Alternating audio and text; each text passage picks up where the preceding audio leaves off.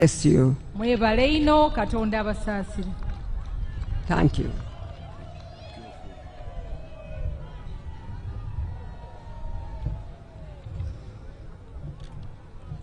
The first vice chairperson of NRM, Vice Chairperson asooka w'NRM, the vice chairperson of NRM Eastern, Vice Chairperson w'NRM ow'omu East oba obuvanduba, the Right Honorable Deputy Prime Minister, Right Honorable Deputy Prime Minister, all the other leaders, Secretary General, abakulembeze abandi bonna bonna omuli Secretary General, all the other leaders and the people of Bugweri. abakulembeze abandi bonna bonna n'abantu ab'e Bugweri. I am here with other leaders to inform you of the amatafari NRM getadde ku Uganda in the last 40 years. Omukulembeze ow'eiwanga ali wano olwaleero okutukobera ku mataffaali NRM geegayise ku iwanga. I was here in 1973 fighting, here in Bugweri here. Yali wano mu mwaka 1973 nga bakaali mu nsiko balwana. With Engineer Kasada. Ni Engineer Kasada. Here in Busesa, somewhere there, we went inside there. Wano mu Busoga wane eyo munda. Then we went to Mayuge. Baje Mayuge. Then Jinja. Bayira ku Idinda. So I want to salute the families in Busoga who worked with us fighting Idi Amin. Ayenda okuyozayoza family edabeyunga ku mukulwanisa Idi Amin. But I will not go in the manifesto. We didn't go that far back. We started with 40 years ago. Mu mataffaali gaali kwenda otukobera leero tajja kujja inuma ino, ali kujja kutandikira ku myaka 4 einuma. Omwana ono amanye kukyusa bulungi, akyusa bulungi.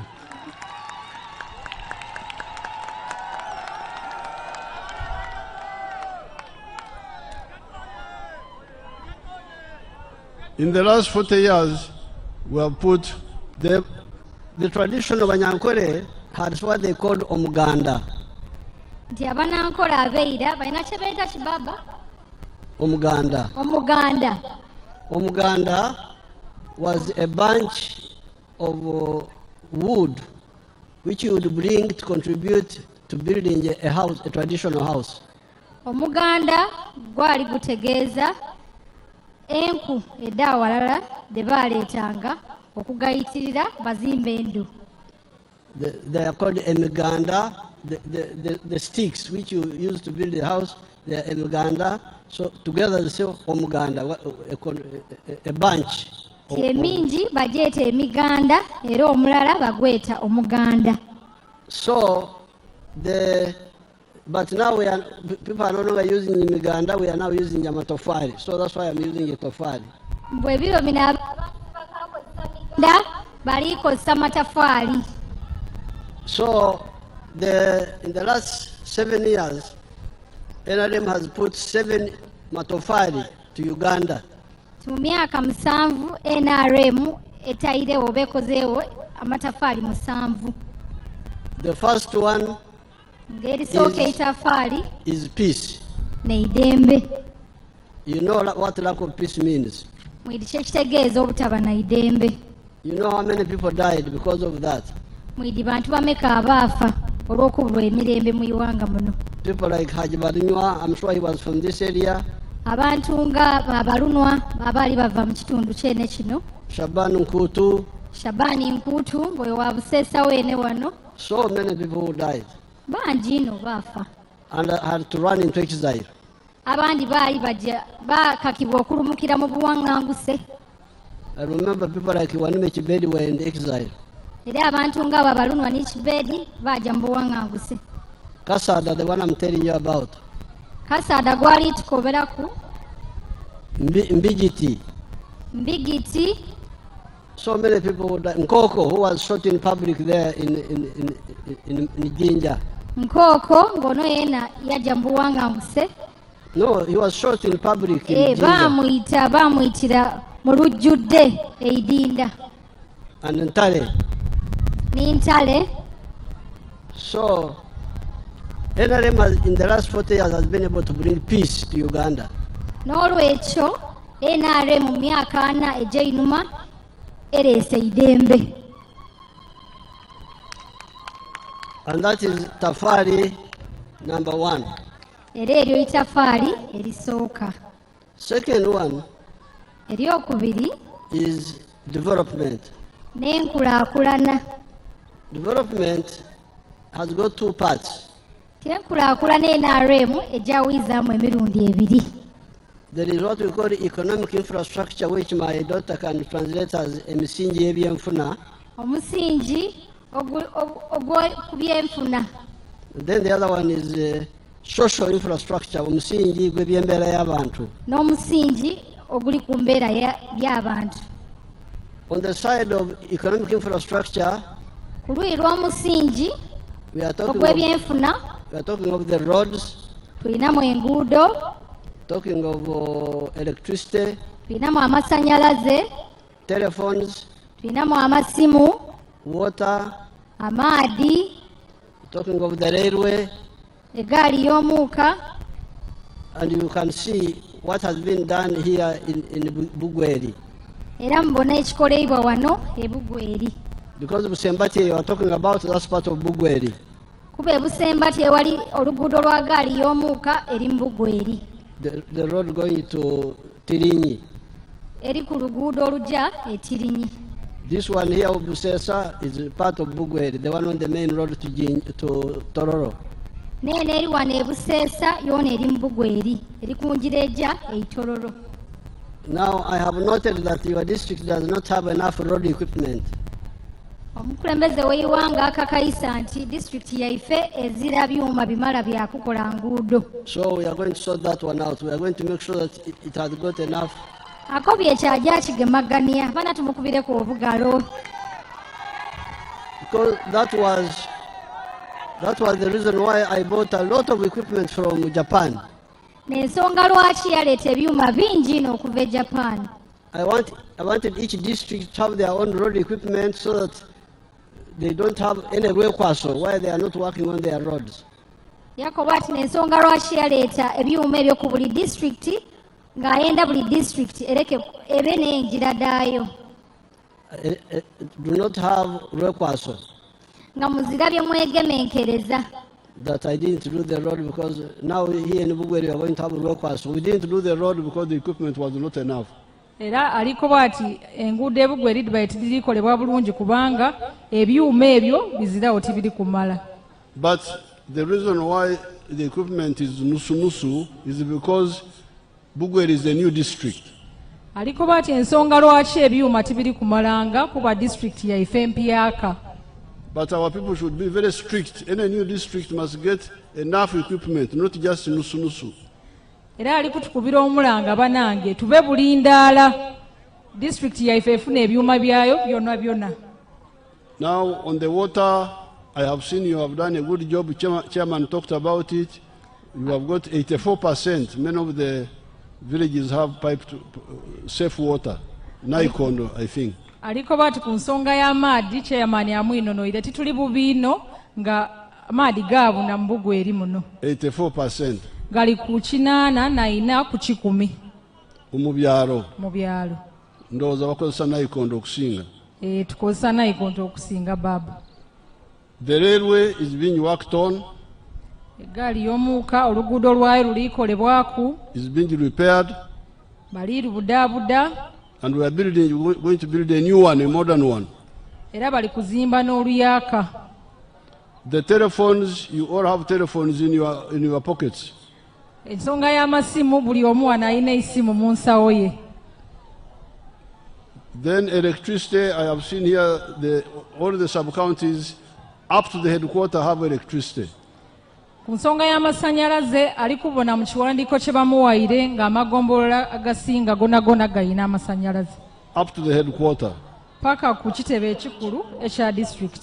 Ekyegombolola. Maybe it has not reached all the villages, but that will come later. Aliko bati ng'amagombolola agasinga gonna galina amasannyalaze. Up to the headquarters. paka ku kitebe ekikulu ekya district ekyegombolola. Maybe it has not reached all the villages, but that will come later. Aliko bwati amasannyalaze gayinza okuba gakaali kutuuka mu byalo ebindi, aye yetuli kujja gayida kutuuka. Because NRM ekolera ku plan. Kuba NRM ekolera ku pulaani. We said electricity should reach the district headquarters first. Kwati, Your Excellency, we planned that electricity should reach at the headquarters of each district in Uganda. Bapulaninga NRM nti amasannyalaze galina okutuuka ku buli kitebe ekyeyigombolola.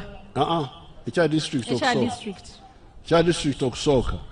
Ekya district okusooka meemale. And many of the districts already have electricity at the headquarters. Era district edisinga dina amasannyalaze ku kitebe ekikulu. But now we are targeting the sub-counties. Aye buti bali kulingirira ina amagombolola. Up to the headquarters. Paka ku kitebe. Then from there to the villages. Era okuva ku kitebe gajja kweyongerayo mu byalo. So when you see that we have already got to the sub-counties, that means the plan is moving well. Kale mubona nga amasannyalaze gatuuse ku magombolola mukitegeere nti pulaani eri kujja bulungi. Now that is on the side of economic infrastructure. Ekyo kiri ku musingi ogw'ebyenfuna. On the side of social infrastructure, again we are moving. Ku luuyi lw'omusingi ogw'enkula ey'abantu, embeera ey'abantu. I can see here. Now on the roads, ku nguudo, you want us to tarmac Nawangisa, Busesa, Nachirubi, Wodire, Bunyontore, Iganga. Ati tuli kwenda kolansi okuva e Nawangisa, Buseesa, Nakivumbi, Nondwe paka Iganga. That road I did not. Most of the roads I work on, I have them in my head because I passed there when I was fighting.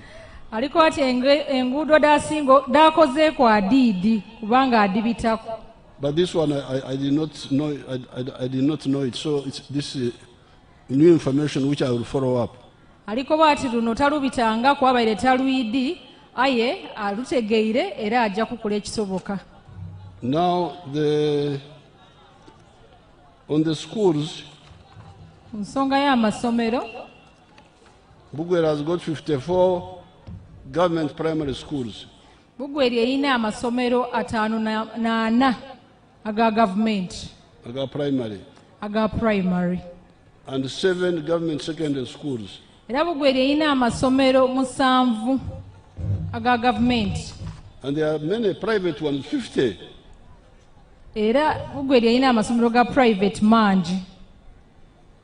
So now this is here, which is you, the NRM cadres in the district, you need to be more strict. Ali kubira omulanga b'NRM cadres okuba obulindaala mu Bugweri muno. In the districts, all the districts. Mu district. Because the government primary schools are 54.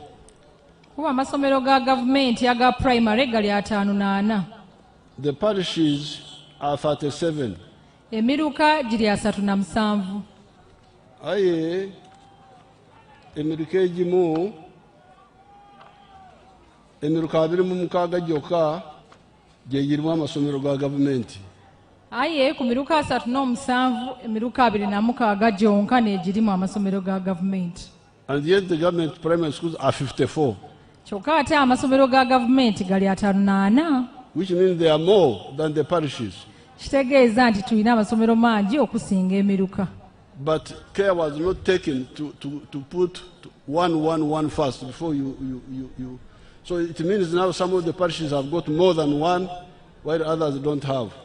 Eyagabanya amasomero tiyayagayaza nti emiruka egindi gizira ate egindi gino esomero eriswika mu irala. So this one, please sort it out in the planning. Aliko babakozi b'oku district ensonga tugikole ku mu planning ya district. Now on the health centers, ku byobulamu, There is one health center for health center for waliyo health center eirwaliro irala area health center for eriya health center for eriyo omwaliriro gw'okuna eryokusaza. eryokwisaza. Then there are 10 health center, 6 health center series. Era waliyo amalwaliro 6 nga gali ku health center 3 status Kumagombolola. mu Igombolola. Now the plan enteekateeka eri upgrade yakwongeraku upgrade Busesa Health Center 4 to a general hospital. yakwongeraku omutindo gwa health center 4 ey'Buseesa efuuka eirwaliro. Upgrade Idudi Health Center 2 to Health Center 3 in Idudi Town Council. okwongeraku Idudi health center 2 efuuke health center 3. Upgrade Nsare Health Center 2 to Health Center 3 in Ibulankulu. Ibulanku. Era omutindo gw'eirwaliro ery'Ensaale gwongerweko okuva ku mwaliro ogwokubiri paka ku gwokusatu mu Nsaale Ibulanku. And I see here construction of incinerators ebyokwokya ebiva mu malwaliro in Busembatiya. Ali kubona mu kiwandiiko kye nga bali kusaba ew'okutaawo ekyoto ekyokya ebisigaliire ku bazaala. The Busembatiya, then Unawangisa and Minani. Ebyo biri Busembatya, Nawangisa n'Eminani. Now all these are part of the social infrastructure and the other one is part of the economic infrastructure. Akobi ati bino byonna biri ku musingi ogw'enkulaakulana oguli ku by'embeera d'abantu ne ku byenfuna ed'abantu. All together we call them development. Walala nga tubigayise tubyeta nkulaakulana. This clarity is very important for you, the leaders, and our supporters. Kuno okubakobera ebintu bino okubyawula kyamakulu ino eri mu abantu ab'ebuliddo n'abakulembeze. Now, this is where confusion comes in. Buti waliwo ewali obutategeeragana bukalamu. Ettaffaali eryokusatu. N'eitafaali eryokusatu. This is poverty. Liri ku bwavu. If I passed here in 1965. Nti yabita wano mu mwaka 1965. We were going to Teso College and to Gulu to play games there. Bali kujja Teso College na Kigulu kuzaana mizaano. Na Gulu kuzaana mizaano. This road was already tarmac all the way from Kabare all the way to Soroti. It was already tarmac. Tiene enjira baali bagiyiwa era kolansi okuva e Kabale paka Soroti. So enkulaakulana yaliwo. Enkulaakulana yaliwo okuva 1965. Emyaka 6. Emyaka 6 einuma. And from that time we have been repairing this road. Era okuva ebbanga eryo lyonna babaire bayidaabiriza oluguudo luno. Tulukola buyaaka. Okuluyiza obuyaaka. Now, but even if you go today, you'll find Abavu near the tarmac road. Enkulaakulana eriwo. Abavu baliwo nabo baliraine n'enkulaakulana. N'abavu bona baliwo baliraine enkulaakulana. So that's why we say, you people, Ugandans, Africans. Wabakubira omulanga mu abantu be Uganda era ab'omu Africa. Can you separate development from wealth? Musobola okwawula ebyenkulaakulana n'ebyobugayiga.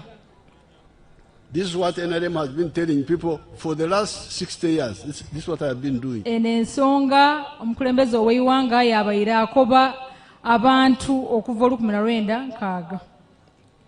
Therefore, and when we came into government, this is what we told you. Era ne bwe baatwala obuyinza kino kye baabakoba. In 1995, I made a countrywide tour and I said to you people, if you want to get out of poverty, please do, and especially if you have got a small piece of land, do the following activities. Mu 1995 yatambula eiwanga lyonna lyonna. Bwe yatambula yabakoba ati bwe mba mwenda okwetoola mu bwavu mukola ensonga dino daali tukoba buti. Especially if you have got small piece of land. Na era ng'olina akataka katontono kati. Have 1 acre of coffee. Baneeka ndala eya omwani. Have 1 acre of fruits. Baneeka ndala ey'ebibala. Have 1 acre of pasture for zero grazing cows. Baneeka ndala ery'eisubi eby'ente. Have 1 acre of food for the family. Baneeka ndala nga ya mmere ya family. In the backyard, you put poultry for eggs. Emiyandu yayizaayo enkoko ku lw'amagi gaado. Then if you are not a Muslim or traditional Munyankwere, put pigs. Era ku luuyi olutali lw'abasiraamu mulundeyo n'embiidi. N'Abanyankwera beera tebalya mbizi. Bw'Abanyankola abeera tebaalyanga mbiidi. Aye ab'ebiseera bino bazimazeewo. Mbwa ebiro bino badimazeewo. Then if you are near the wetlands, fish farming. Bwe mba kumpi n'entobazi mulunda ebyenanda. Now that's what we said in 1995. Kyali bakoba okuva omwaka 1995. And in 1996 we put it in the manifesto of the NRM. Era mu 1996 baakita mu nteekateeka NRM. Aye abantu abasinga obungi tebafaayo. Aye abantu imwe timufaayo. Balowooza nti politics kwogera. Lowooza nti ebyobukulembeze oba ebyobufuzi kwogera. So this is where the problem is. Buti awo ne wali obuzibu. But fortunately, me I'm like a sower in the Bible. Ye ekirungi nti ali oti n'omusizi ow'omu Bible. Alinga a sower, the one ayagenda kusiga. N'omusizi. Okay. In the Bible. Ow'omu Bible. Some of the seeds fell on the rock and they dried. Ensigo edindi bwe yadisiga daagwa ku lwazi daakala. Others fell in the thorns and deteriorated, grew badly. Edindi ensigo daagwa ku mawa daakula bubi. The other ones fell on the path and they were eaten by the birds. Edindi ensigo daagwa mu njira enoni daadirya. The guy is translating very well. What's your name? Amina Mutesi Nalugoda. Mutesi, yes. Kubanga abatafuta nabo bantawanya oyogera kino nayogera ekindi, but I can follow. She's translating very well. Yanziza mzee. So, but some of the seeds fell on fertile ground. Aye ensigo edindi daagwa ku itaka ijimu. And grew and multiplied. Era daakula dayira daagabizwamu. So let me show you here in Busoga one of them, Kazibwe. There's somebody called Kazibwe, whom I found in near Jinja there. Katulageko ekyekubonera ku kirala mu Busoga muno.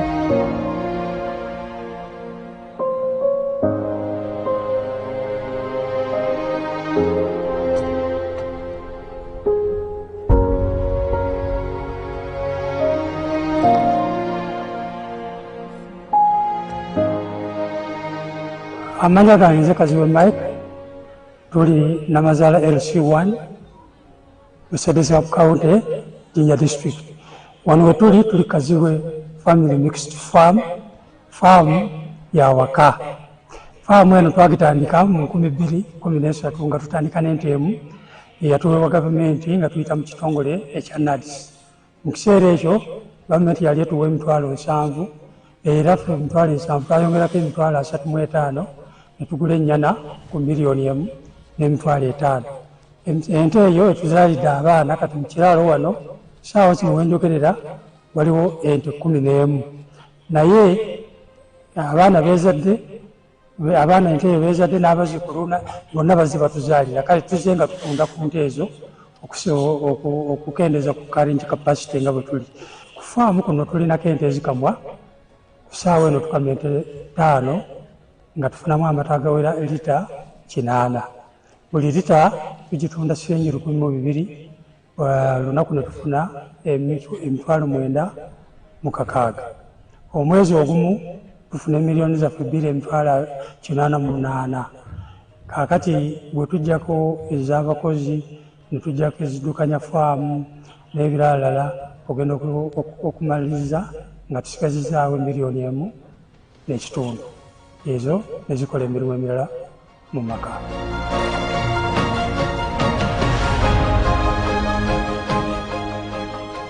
Mu nte muno era tujjamu biogas tumukozesa mu kufumba ne woba okoyo oba ova mu nnimiro towerera tomenyeka osazaawo wano gaasi n'ofumba ne bitereera era kyataasa nnyo tetukyamenyeka nanku. Kino kyenkutte mu ngalo ye sabbuuni waffe gwe tukola okuva mu busa obw'ente. Sabbuuni ono tumukola mu biosilary aba avudde mu biogas digester nga gaasi amaze okuvaamu. Sabbuuni ono tumupakinga mu lita 1 ne mu lita 5. Lita 1 tugitunda 3,000 nga currently omwezi production yaffe ya lita 7 era nga buli lita tugitunda 3,000. Bw'obalabalamu omwezi tuyingiza $21,000 okuva mu sabbuuni waffe ono.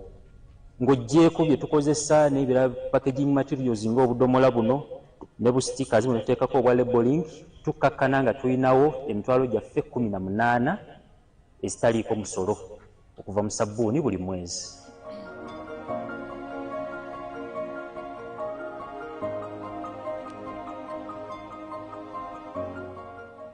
Ennimiro eno tugiyita COVID garden.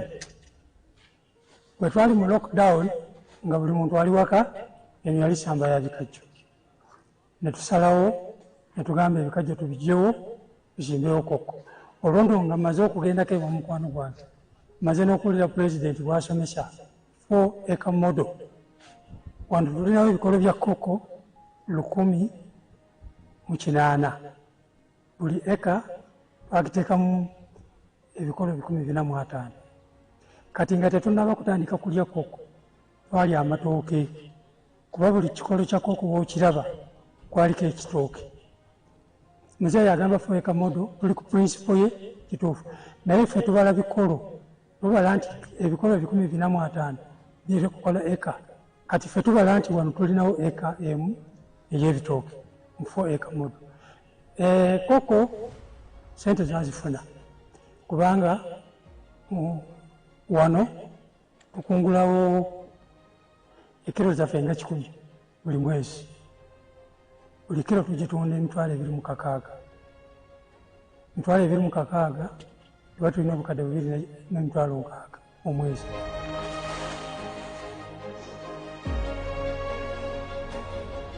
Mu nnimiro yaffe eno ebirime byonna bye tulina tubifukirira.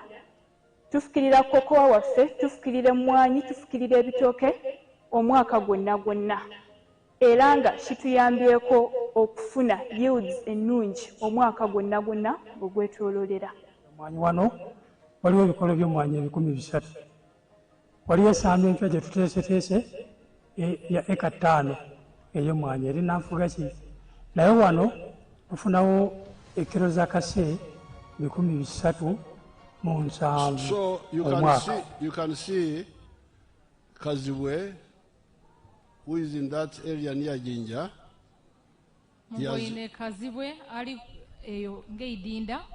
Has picked some of our 7 activities.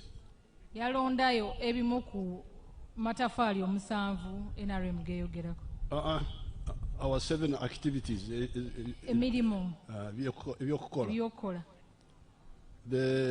First of all, the zero grazing cows. And he's selling 80 liters a day.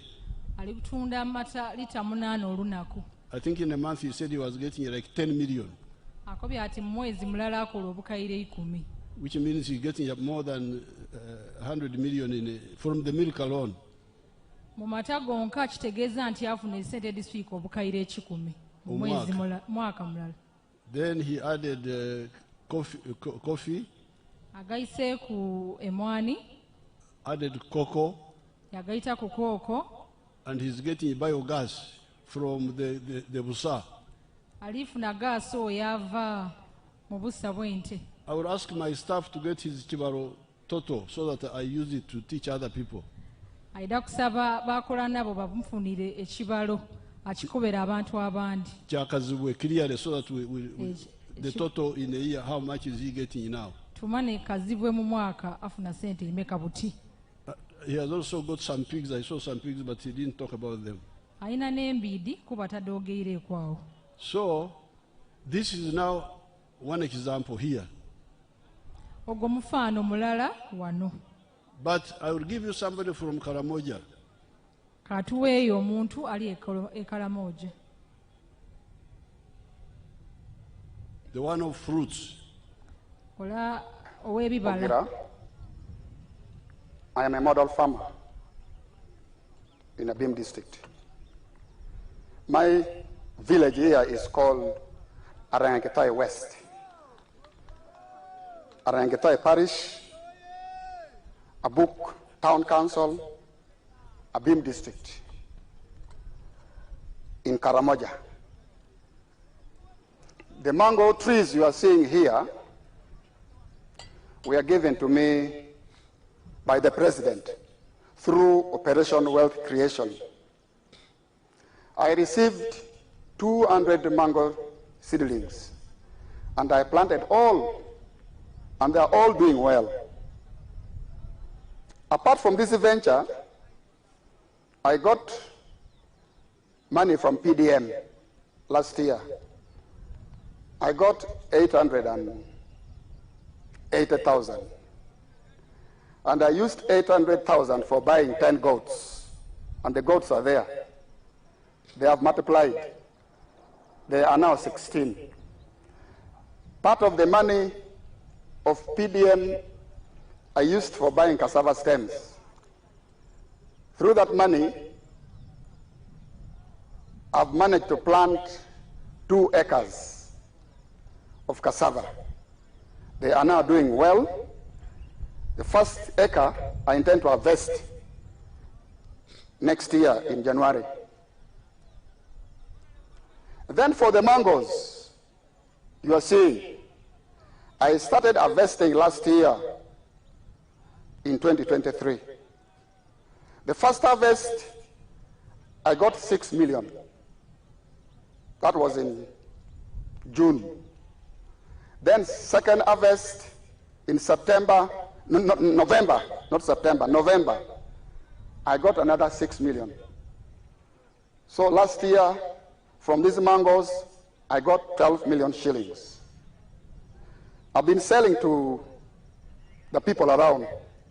Actually, Soroti Fruit Factory has booked this mango. They want me to take these mangoes tomorrow, 2025, to the factory. Actually, I've been selling locally. I've been selling 1 at 500 shillings, 2 1,000. And people are buying. These mangoes are very good. The mangoes trees you are seeing here are giving me money, a lot of money. And I want to thank His Excellency, the President of the Republic of Uganda, Kaguta Museveni, for coming up with the idea of Operation Wealth Creation in the country. This is money. I am not going to suffer. My children will not suffer because of this wealth. I call it wealth now. I always harvest. I don't harvest mango. I harvest money, not mangoes. So I want to thank our president so much. And next year, if all goes well, I expect to get 18 million first harvest. And then second harvest, I also expect to get 18 million next year, 2025. I expect to get 36 million shillings. And this money I will use for paying fees for. That is the testimony. That is the testimony oba obudulizi of somebody from Karamoja, oba omuntu ow'ekaramoja not Wakiso, tiwa wakiso not Mukono, tiwa mukono not Jinja, tiwa idinda not Busesa near the road. tiwa buseesa wano okumpi n'enjira Karamoja, avira karamoja ere wala the one who had the gospel n'oyo eyawulira enjiri and got seedlings from Operation Wealth Creation. yafuna endokwa okuva mu Operation Wealth Creation. Operation Wealth Creation was in every area of Uganda. Operation Wealth Creation yali mu buli nsonda mu iwanga lya Uganda. Even here in Busoga it was there. Ni wano e Busoga yaliwo. But there are people who don't bother. Aye wali abantu abatafaayo. They don't listen. Tibawuliriza. They are full of themselves. Beeri mwino beikiririza mwino. Banyoma. Banoomi. Banyoma abantu abamanyi ky'okukola bye bakoba. Banooma abantu abaidya okola bye babakobye. So that's how you get somebody from Karamoja getting 36 million shillings from mangoes a year. Kyova ono oyo ow'ekaramoja alifuna obukayire 36 okuva mu miyembe. Which he planted from Operation Wealth Creation. Emiyembe gye yasimba ng'endokwa yagitoola mu Operation Wealth Creation. Now let me end by this one by showing you my own obujulizi. Kamalirize ni kana akasembayo. My model farm in Lira. Ibalaga farm ye eri Lira. My name is Dr. Maurice Uchien. I am a commissioner by appointment, deployed at State House, and I've been assigned by the President to execute the 4-acre model. And I've put them so far in 10 regional zones in the country. Now, the 4-acre model is an idea conceived by the President to guide our farmers on how to utilize their small acreages of land so that they can earn more money through intensive farming. And here we are talking about enterprises that have good yields and high income for the household. So we have the fish farming, which is one of the enterprises that can be done near the water without interfering with wetland and tampering with water flow. Then we have the zero grazing unit. On the other side, we have the coffee, we have the banana, and also a household needs food crops as 1 acre plus fruits. So this idea of the 4-acre model is to support income for the household. And as I will go into the small mathematics, you will know that it's capable of pulling somebody out of poverty. Now, specifically on the fish pond, here is about 20 by 50 meter pond, 1,000 meters square.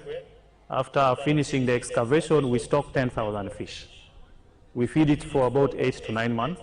In the north, which is warmer, the fish grow faster. And in the west, which is a little cold, you add 1 more month to reach the same grams. So by that time, the fish will be about 800 grams to 1.5 kilograms. In the market, the fish which is 1 kilograms or 800 grams here cost about 10,000 shillings. So having stock here 10,000 fish, by 10,000, somebody will get 100 million in 1 year. And then when you subtract the other cost of managing, which is roughly 30 million, somebody can be able to save 70 million on this fish pond. And in this size, we can put 2 of them in 1 acre. So meaning in this particular acre, somebody should be able to get around 140 million shillings. Now, that is for this particular acre. That is my ujulizi now. Obono obudulizi bwe. Using 4 acres, Ngalikosa eka ina, my people have planted coffee, abantu be basimbye emwani, bananas, amatooke, pineapples, enanansi, and there are zero grazing cows. Era balundiire ku n'ente. But also the fish pond. Aye kweno okwo balundiire ku ne byenanda. In half an acre. Mu kitundu kya eka. And from that one fish pond of 20 meters by 50, mu kidiba ekyo eky'ebyenanda ekirina fuuti not 40 meter. mita 2.5 They are getting 100 million shillings a year. bali kufunamu obukayire 10 mu mwaka. When they deduct costs, bwe batoola ku esente de bakozesa they remain with 70 million. basigaza obukayire 7. And you can put 2 of them in an acre. ate ng'ebidiba ebyo bisobola okujja ku 2 kuweka endala. So you can get 140 million net in fish farming in 1 acre without including what we are earning from coffee, from bananas, from the milk, from the fruits. atukoba ati osobola okufuna obukayire 18 mu eka ndala ng'okaali kugayita ku oli kutola mu nnaanansi mu bitooke mu nte. So therefore, my friends, n'olw'ensonga eyo mikwano gyo mukulembeze NRM members, ab'NRM nairala let's take advantage of all these programs. tukozese puroguramu dino daali tukoba. PDM is continuing. PDM akajja mu maiso. We started with Ntandikwa, with NADS, with Operation Wealth Creation, with Women Fund, with Youth Fund.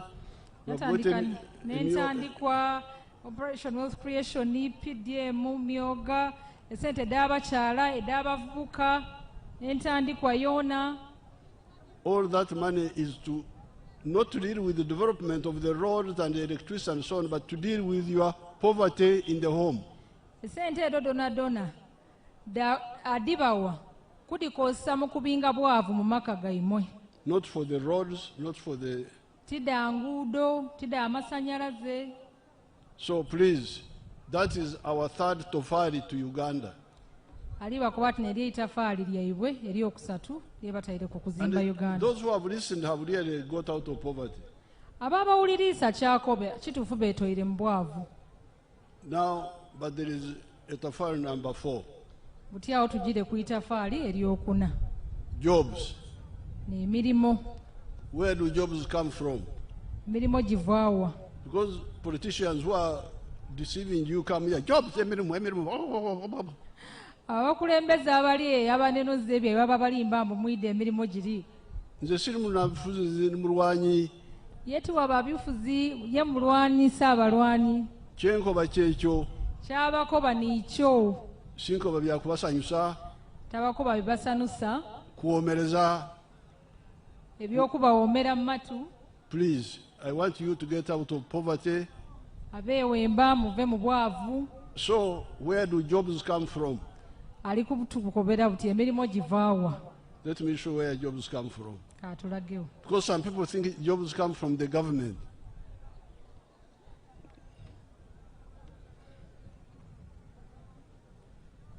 Okay. Welcome to Kamai Demonstration Farm. My name is Fred Byamukama. I'm a member of Parliament of Buganges West Constituency, Kakumiro District. We are now at our 4-acre demonstration farm. The land we have here is approximately 4 acres. This is a farm we started 2 years back here, 2.5 years back. And on this farm, we have a half acre of pineapple, has 6 cows for 0 grazing. We have poultry, about 25,000 birds, but only 11,000 are giving us eggs. And we have 1 acre of grass. We have piggery, those are very many. And 1 acre of coffee mixed with banana. Where we are, this is the 4-acre model farm. I did this activity to teach my voters to lead by example so that my voters can learn what measure the president tells the public. This is an initiative I learned from the president sometime back when he sent me to learn to Kaumu, to Kisozi. I copied what I copied, this is what I came up with. And you will see as we move, or that side, this side, that's my 4-acre model farm. The house as well. You don't sleep here, but if I would sleep here, the house as well is seated on this 4-acre model farm. When you look at poultry, out of the 25,000 birds, it's only 11,000 giving me eggs. Others are soon giving me, and I get 302 trays per day minimally, because 11,000 birds are supposed to give me 366 trays. But because of the feeding method of deep litter, I don't get all the eggs. I get 302 trays per day minimally. Then I sell in a month, you can get a net profit of 55 million, because you get 108 million, but you can't get all that. You have to buy feeds, pay workers, pay electricity. Remain with 55 million net pay. When you get the cows per month, these are 6 cows. Each cow minimally gives you 20 liters. So when you get 20 times 6, that's 120 liters per day. 120 liters per day. For us, a liter here is 2,000, because we sell each cup at 1,000. So you get 2,000 times 120, you get 24,000 per day. So 24,000 per day, when you multiply, you get about 7.6 million per month. But 7.6 million per month, you cannot save it. You have to get 200 to pay these workers, sometimes even the drug for spraying. That is zero grazing, you spray for ticks and other things. At the end of the day, you remain with a net profit of 6 million from the cows for zero grazing. So this is our grass. Here, 1 acre of grass. This 1 acre is enough feeding our 6 cows. And our cows are feeding well with this grass we have. When you get like the half an acre of pineapple, per harvest, you get about 4.5 million, and I harvest twice a year. You will see, even as now, there are those who take and harvest for my friends to take.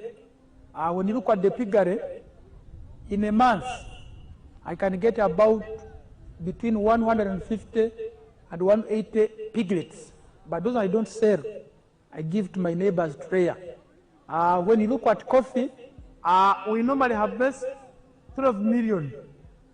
We normally harvest 12 million from 1 acre, because we are just starting up the harvest. We had the first harvest, and when you get about 12 million, but when you get very well, and you have fertilizer, you get between 18 and 24 million. From 1 acre, coffee alone minus banana.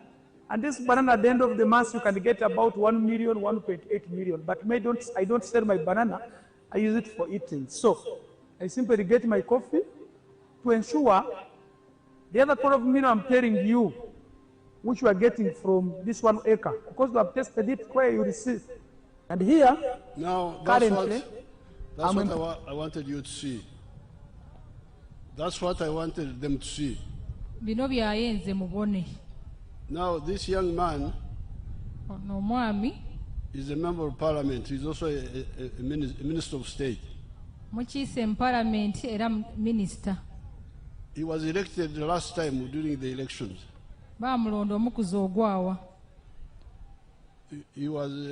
His father was a long-standing member of the NRM. So when they elected him, he brought him to me and said, this young boy has been elected, advise him. I advised him like I'm advising you, like I've been advising people since 1966.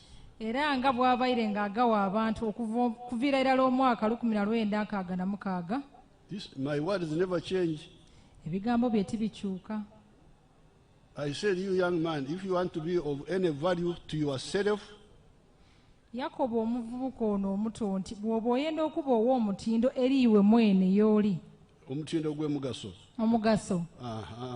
Oyagala kuba ow'omugaso. Oyenda okuba ow'omugaso. For yourself. Eri iwe mwene y'oli. And your area. Ni mu kifo mw'oviira. 4 acres model. Kola 4 acre model. Because I know that many people areas they don't have enough land. Kuba akidi nti abantu mu bifo ebisinga bazira itaka inene. So the boy listened. Omuvubuka yawuliriza. And went and started growing coffee as you saw. Era yajja yatandika okusimba emwani nga bwe mubwoine. Bananas. Yasimba ebitooke. Pineapple. enanansi, zero grazing cows, yalundira ku n'ente, and pigs. He doesn't sell the pigs, he gives them free to his constituents. n'embiidi aye lwakubadde taditunda adigabira bwereere eri abalunzi be. When the MPs come on the team, I hear some of the people say, "Oh, akobya ati embiidi we balidiraga abandi baliko ati asitagafirula." temufa ku mbizi z'aba abagala kuzirya bannange. Mutadifa kutida ababatenda kudirya dabale abadirya. Nange sirya mbizi. Yeno omukulembeze w'iwanga talya mbiidi. Aye, I promote them. Aye akubiriza abantu okudaaya. Kubanga abantu bange bazirya. Aye tayenda badirya. Sirya ebyennyanja, nze omulukola sirya ebyennyanja. Era ye talya byenanda. But I am the biggest promoter of fish. Aye akubiriza abalunda ebyenanda. So Byamukama now also added poultry for eggs. Byamukama oyo gwali tulaganga okwo yayongera ku okwaya enkoko. From the eggs he gets 302 trays per day. Okuva mu magi atoola mu tray 302 buli lunaku. 302 buli lunaku. And in a month he earns 108 million.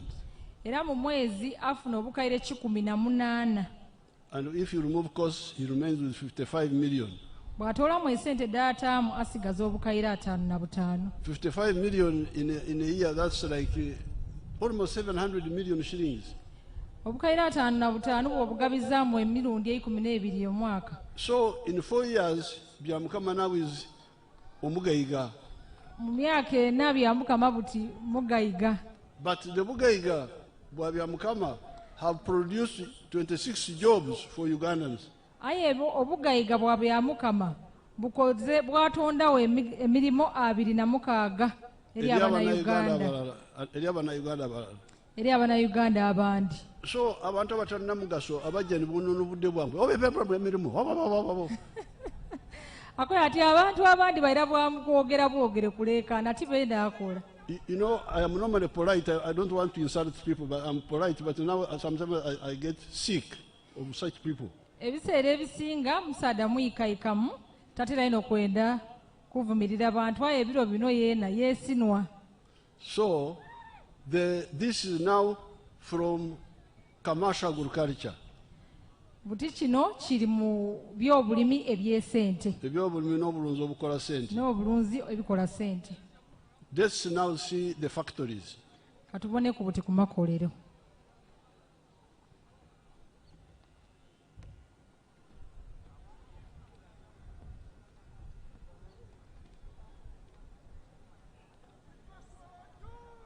Those are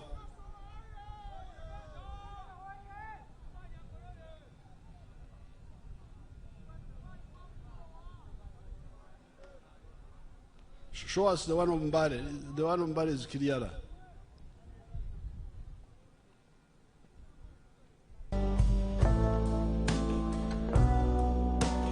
Now, what you see there is a new town. Kyoli kubonaawo kibuga kiyaka. A new town near Mbale. Kibuga kiyaka okuliraana Mbale. This was bush. Yali nsiko. But I bought that land 1 square mile. I bought it from Bugis Cooperative Union. Yali square mile ndala yagigula okuva mu Bugisu Corporation Union. They were in Mabanja. They wanted to, an American wanted to grab the land. I paid him and took the land. Bayina amabanda nga wali Omumerika ayenda kutwala itaka lyabwe omukulembeze yaligula yabawonya amabanda. And then I gave it to industrial park. Era yazimbaku amakolero ago. You here in our old towns used to be towns of duka where shops, just shops for merchandise. Mu butawuni bwaife twanala obuduuka obutontono buti. With just selling a few things. But if you go in, how many people are working there? Only one person is working there. Obuduuka bw'obwagaana mu matawuni mubaamu omukozi mulala yenka. But now that is a town of factories now. Aye oje muli kubonaawo tawuni namba ya makolero. Let's enter one of them. There are 75 factories, I was told, there now. Akobe ati waliwo amakolero 25 No, 75. 75 aye katuyingire ku mwirala tubone. Food is there. See how many young people are working inside one of those factories. Mubona abavubuka abalikola mu factory endala eti kudira 75. So, this is what NRM is telling you. Ekyo NRM kyesiiba ng'ebakuba. Ettaffaali eryokuna.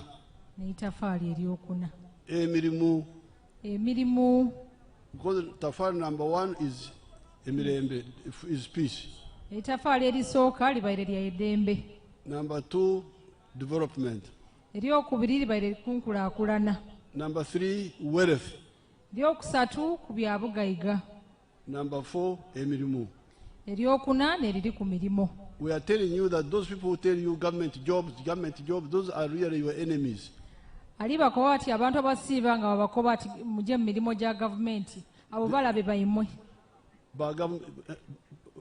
Your enemies of Uganda, enemies of Africa. Abo balabe bayimwe era balabe ba Uganda era balabe ba Africa yonna yonna. Because Africa is not the only continent in the world. Kuba Africa tino olubalama lwonka mu nsi. If you go to Europe, how many people are working in the government? Bw'ojja kwera Bulaaya bameka abakola mu government? Most of the people are working, like I'm telling you, either in commercial agriculture or factories or services, hotels and so on.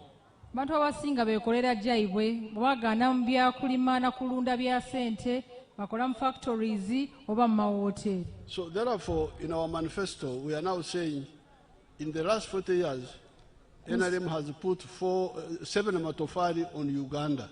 Ku nsonga eyo ali bakoba ati mu myaka 4 NRM etairewo amatafaali 7 kukulaakulana Uganda. Today, because of time, I have talked about 4. Leero kuba wazira bwire ayogere ku matafaali 4 gonka. Number 1, peace. Erisoose libaire ku idembe. Number 2, development. Erize ku libaire ku byankulaakulana. Number 3, but development does not, you can have development but also poverty. Eryokusatu akoya ati muyinza okuba n'enkulaakulana ye mwabanga muli baavu. So that's why number 3 must be clearly obugayiga. Era kino ensonga lwaki eitofaali eryokusatu lirina kuba kutonda obugayiga. Then number 4, emirimu, where they come from. Eitafaali eryokuna liri ku mirimu. There are 3 others, but I will talk about them when I'm in the press conference in Kitierera. Gana amatafaali 3 agabuzeeyo kuweza omusanga edda agoogerako ng'akoze olukuŋŋaana lw'abamawulire ekitierera. So let me end now by talking about free education in government schools. Kakanze wanebye ng'abakobera ku kusomesa okw'obwereere mu masomero ga gavumenti. This is what I've been trying to do since 1996. Kino kyabaire ng'akola okuva omwaka 19. When we brought UPE, when I brought UP, I wanted children to study free in secondary school, in government schools. Bwe yaleeta UPE yali ayenda abaana bajje mu masomero ga gavumenti. But some people didn't understand it. They still bring charges in the schools. Aye abantu abandi naddala abakulembera amasomero gano tibakitegeera era bali kusabanga abazaire ssente. The school managers, ababatwala amasomero, the PTA, olukiiko lw'abazaire, the foundation bodies, the churches and mosques and so on, the ones who gave the land. Ebitongole ebireetawo amasomero nga mizikiti, makanisa. Bananyini masomero ago. Bene itaka erizimbwa abatandika amasomero ago. Abali bagatandise and we partnered with them. Abagatandikawo me government yaida yakolagana nabo. So these ones we are not harmonized. I push, they don't implement. Bano bakaali kutereera bulungi kuba asindika ensonga ye nti batatola bantu sente ku bantu aye tibakikola era bamala babatoolako. Nkaali kukwatagana bulungi n'abantu abo. Akaali gemagana nabo bulungi. Nkaali kugemagana bulungi. So that's why I said nze kankozesa okusomesa mu kifo ky'okulwana. Ensonga lwaki yakwati ye kaasomesa abantu mu kifo ky'okulwana. That's why I started skilling hubs where I give free education to my children. Ensonga lwaki yataawo amasomero agasomesa ebyemikono n'omutwe ayegeresa abantu be ebyokukola. Ebyobwereere. Ku bwereere. Now I don't know whether my graduates are here. Ababise ku masomero ago muliyo? Abe Bugweri, you come here. Musete kukumpi, baba abeta. My graduates are everywhere in every district. Bana abantu baliyo mu buli district ababise. Let's have obujulizi from one boy and one girl. Muide bana mutuwa obudulizi. Okuva omuwala mulala n'omulenzi mulala. Then I will have a picture with you at the end.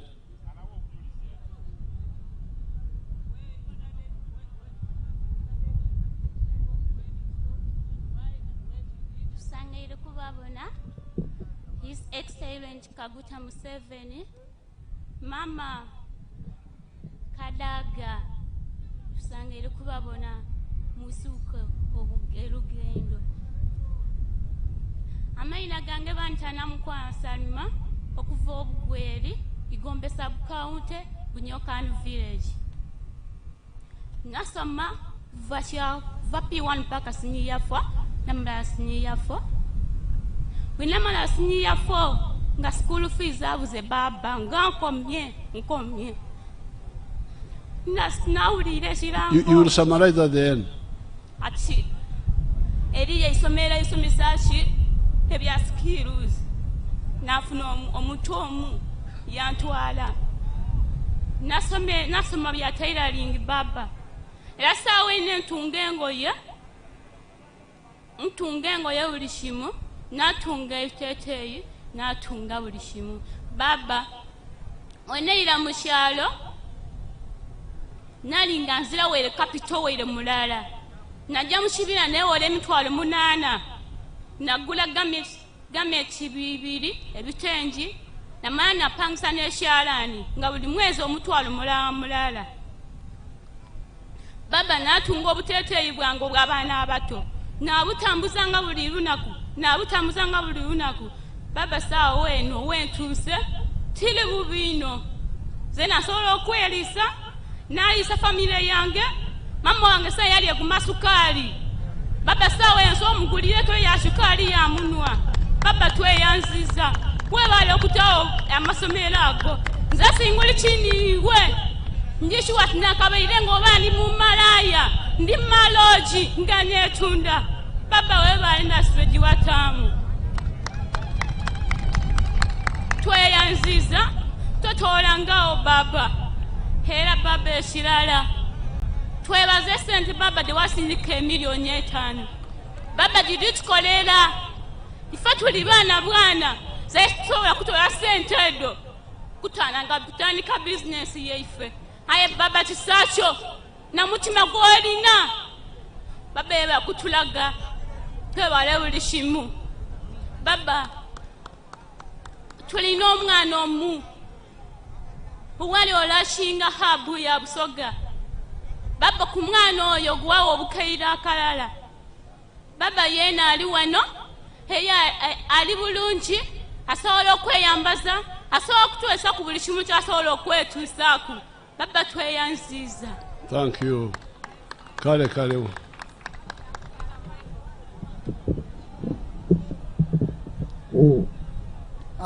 Amaina gange ninze Sufirisale kuva ku kyalo ky'Enondwe igombola lya Makutu Kasozi ng'omuluka. Ndi omu ku baana abafuna omukisa oluvannyuma lw'okubanga nalemererwa okusoma nga nakoma mu ky'omukaaga nalemererwa lwa muzeeyi okufuna accident eyali ampeererera. Aye waidawo omukisa nga guno okujja ku Presidential Industrial Hub okufuna skills. Nali omu ku baana mukisa abajjayo nasoma bulungi era nasobola okuba nga nabita mu course gye nakola eya bakery and confectionery. Bwe nvaayo naira mu kyalo nga nambibwaku abakulu okubita mu chairperson wa FLC 5 era nga yeyambisaaku Madamu Angela Mukyala sekuyitale we. Twayambibwaku babanga bangemaku banfunira akatale k'ebimu ku migaati denali nga nkola kubanga bwe nvaayo natandika okukuba chapati era nkolera na kalama. Natandika okola chapati nafumba amandaazi era amandaazi gano nga ngatwala nasooka nagatwalanga ku Buluguyi CD School Eidudi n'atwalanga ku Nakalama CD era nasobola okuba nga nebeesaawo obulamu bwange n'okuba mbeesaawo famire yange. Baba tikyakoma kunze zenka era nsobola okuba nga ananiriza ku banange bensobola okukola nabo bananga abanamba ku mukuweereza ebintu bino ku isomero nibenkola nabo mu mirimo dino era buli omu akola afuna ku akasente n'ak'okwebezaawo. Nsobola okusolooza emitwalo 2 nga ntoyireku byona nsobola osolooza emitwalo 2 buli lunaku onodo emitwalo 6 edda buli mwezi densobola okuba nga ningiza. Baba singa tigwali mukisa guno gwe watuwa tisuubiranga nandibaire nsobola okuba nga nsobola n'okwemerera mu maiso go wano. Ayo olwekyo kyonka omukisa gwe watuwa ogwo tusoboire okuba nga twemerezaawo obulamu bwaife n'okwemerezaawo abamu ku bantu betukola nabo n'abazaire baife n'ekitundu kyetuwangaalira mu kyaba nga kituganirwamu. Baba tiwakoma okwo era nongera okwebaza nti tiwakoma okwo watuwa emmere watuwa n'ejiiko era watusindikira twakola SACCOs daife emiliyoni 5 watuwa okwaife daatuukaku era tulinado tusuubiza nti dadikolesa bulungi singa dinaaba nga direkeirwa dituuse mu mikono daife okuba nga tutandise odikolesa. Era okwongera kwekyo mu bantu betukolesa oba betuba nabo ekikasinza okuba nze nga kimpa obukaluubirivu nti emu ku bintu byenkolesa materials dirimanio. So nsaba nsinga mba nfunye obuwagizi naaba nga nsapootingibwa ndowooza nsobola okuba nga nfulumya ebintu ebisinga kwawo kubanga akataleko kaliwoko era buli kimu kyetufulumya abantu bakitwalira okubeera byetukola tubyekakasaaku. Neyanziza ino baba Kale mwebale. Thank you so much. I will have a picture with you at the end, Mama and myself. We shall have a picture with you. Okay, thank you. Mwebale ino. You wait somewhere, we shall have a picture with you. Now you can hear the testimony of these children.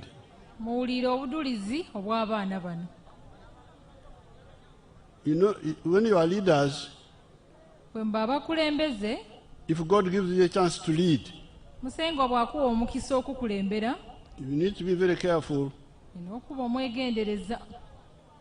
Because remember that when we die, we go to heaven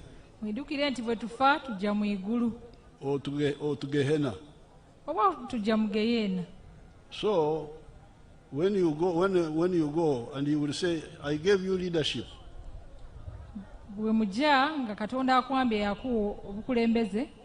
how did you help my people? Because somewhere in the Bible it says, I don't know who was asking, people said, when I was thirsty, you never gave me water. And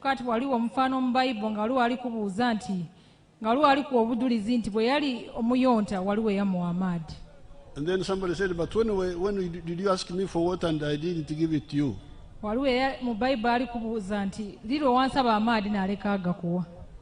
Who knows this one? Where is it in the Bible? Does somebody know?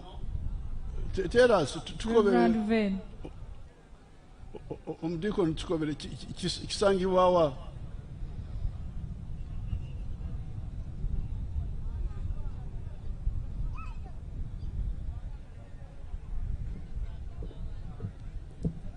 Matayo ensolo ya 25 ondo 30 okweyongerayo. What does it say? You say how it says.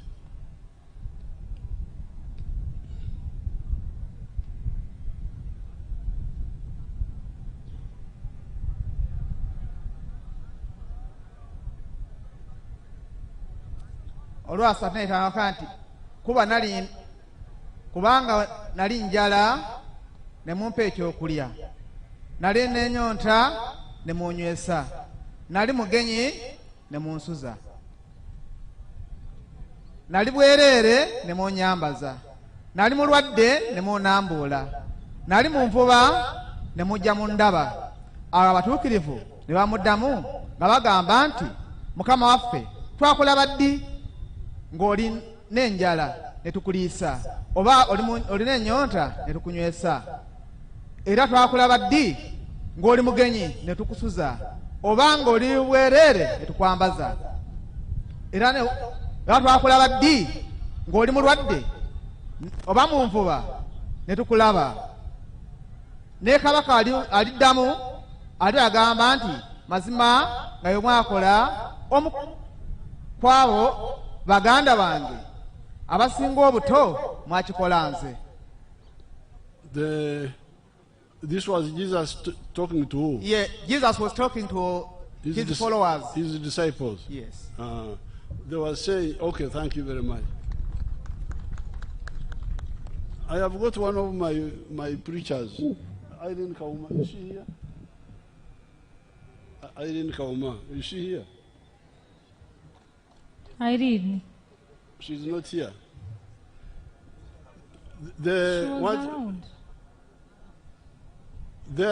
What Jesus was saying, they said, but when did you ask for water and we didn't give it to you? Wano Yesu aliko batiri mwaenda amadi alikagabo. Then he said, if you denied it, the one who needed it, you denied it to me. Yakobo ati bwe mba mwegaana eyagabawa ekitegeeza ze na mwana egaana. If you denied water to the one who was thirsty. Bwe mba mwayima eyali omuyonta amaadi ekitegeeza zeena mwanima. If you denied water to the one who was thirsty, you denied it to God. Era bw'obanga wayima eyali omuyonta amaadi wagayima Katonda. So if we are leaders and we deny education to these poor children, ku nsonga eyo bwe mba bakulembeze mwayima omukisa ogw'okusomesa abaana bano, we are denying it to God. Muli kulyazaamaanya Katonda. And me, I fear to go there like that. Era yati okufa yajja mugeyeena. I don't want to go. When I go, I will say, I tried, it is other people who refuse. Era bw'alijja alikoba ati yagezaako gwe yagukola mwadeema budeeme. Ngenda kubeegaana. Alibeegaana. Ngenda kubaloopa nti nze nagezaako naye ne bandemesa. Ali baloope wa musengwa nti yakola okugwe aye imwe mwamulemesa. So please, in the coming Kisanja, mu kisanda ekiri kwirako, I appeal to you that we implement. You had the ekikolimo ekibadde wano ono omwana. You had the ekikolimo ono omwana kyatuleetedde wano kali akaana akawala. Muwulire omwana omuwala ava waigulu byava okwogerako. Ekikolimo ekyo. Ekikolimo. That nti yali yeetunda mu maloogi because she was desperate. Akobya ati singa tiwamwa mukisa ogwo osanga yaligire mu maloogi yeetunda. But now we rescued her. Aye olw'obulungi bwa Katonda President Museveni yamutaasa. So in the coming Kisanja, I really want all the NRM people to, with one voice, to say, government schools, no school fees. Mu kisanda ekiri kwirako alikwenda abakulembeze mwenamwe n'aba NRM kobe nti mu masomero ga gavumenti ezida kutoola bisale bya sente. Amasomero g'abagaiga galiwo. Amasomero ag'abagaiga galiyo. I have seen here in Bugweri, there are 50 private schools, I think secondary school, 50 of them. Abo ine wano mu Bugweri nga mulimu amasomero 50 ag'abagaiga. So let the bagaiga go to the schools, but we educate bano nga buno bwana bubadde wano. Abagaiga bo bajje mu masomero agatoola ebisale balekere bano abandi bajje mu gano aga gavumenti. Now, by educating these children in just 6 months, see what they are doing. Okusomesa abaana bano myezi 6 embone buti bwe bafuuse.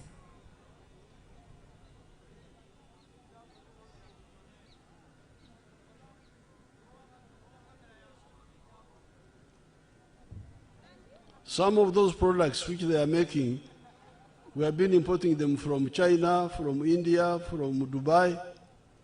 Ebyo byamaguzi bye bali kukola buti tubaire nga tubingiza okuva mu India okubitoola Dubai. Now they are making them here. Aye buti birikolebwa wano mu makolero ga Uganda. In their hub here. Why bwe wano we basomera? See the hospital bed. Bring back those hospital beds. Those hospital beds. Butanda bwe bwa malwaliro. So please, I appeal to you, let's have free education in government schools. President yali kubeewemba tugane tube n'okusomesa okwabwerere okwa government. Abe Bugweri oye! Oye! NRM oye! Oye! Busoga oye! Oye! Uganda oye! Oye! NRM flag bearers oye! Oye! East Africa oye! Oye! Mwebale ino. NRM oye! NRM oye!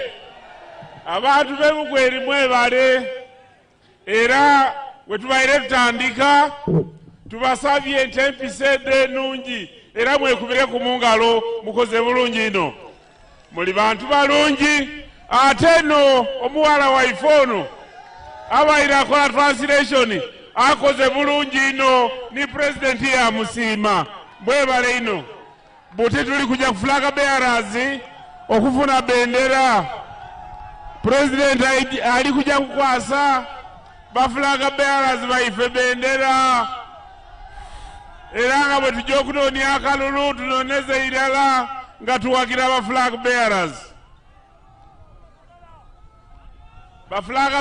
baife twida kutandika ni Honorable Mutesi Amina Nalugonda Mutesi mwene oyo abaire ali kukyusiza president nga flag ate ni flag bearer waife emirimu adisobola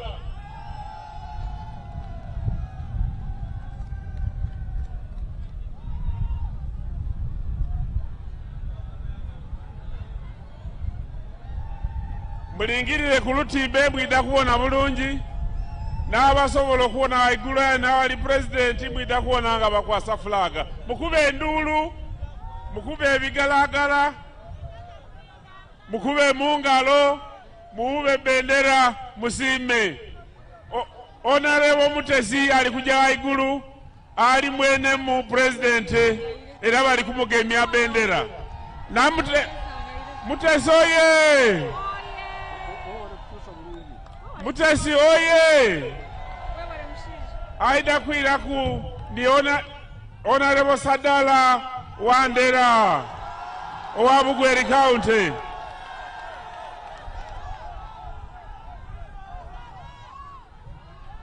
Honorable Sadala Wandera owa Bugweri.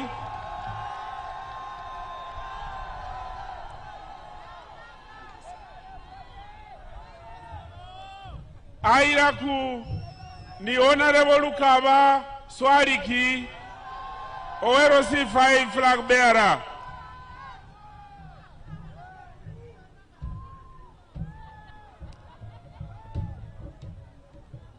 Nana Asembayo ni Honorable Wanyama Judam agemye bendera kulw'abavubuka aba Eastern Uganda Member of Parliament.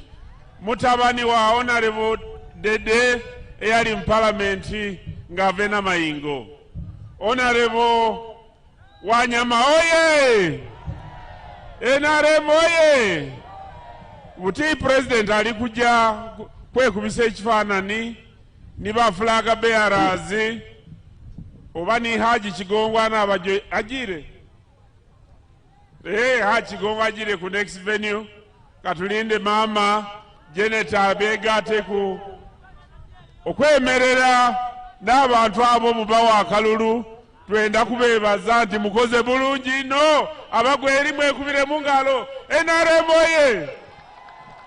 Ni mama Kazibwe Honorable Kazibwe yegase ku bantu abo webale ino mama mwebale omusingi gwe mwatandika wano mu Busoga era n'ogwo abavubuka abato ng'oti Mutesi we bali okuzimbira mwebale ino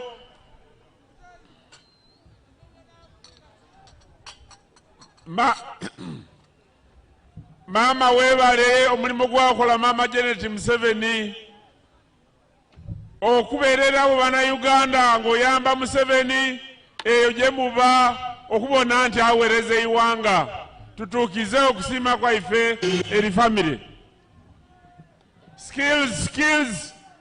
Abomusikiringi habu naba deck. Members of the deck requested for a picture with the president. Can the members of deck move fast?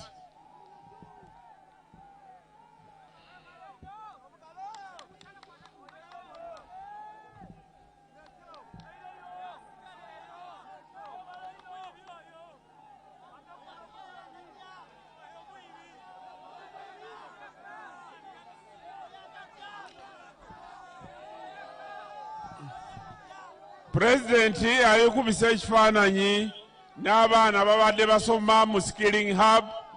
Sebo w'ekitiibwa President weebala omulimu gw'okoze okukyusa endowooza y'abantu mu ggwanga, okumanya nti emikono Katonda gye yatuwa gisobola okukola ebintu ne bitufunyisa ssente mu bulamu waffe. Honorable Rwakajara, one, thank you for standing in for the Central Executive Committee, members of SEC.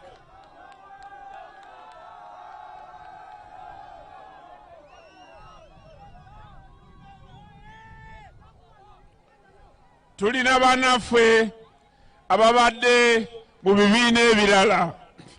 Abo bonna be mulaba, abamu bambadde lwedi, abamu bambadde bulu, abamu bambadde guliini, kati bonna bagenda kwambala yellow.